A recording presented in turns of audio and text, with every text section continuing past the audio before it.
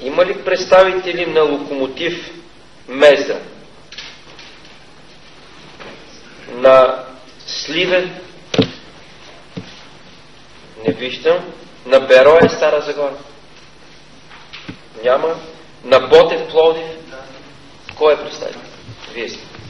Разбрах, че единствено вашия клуб е без телефони, без факс, без мейл и как като неидентифициран субект се опитахме да свържем с вас.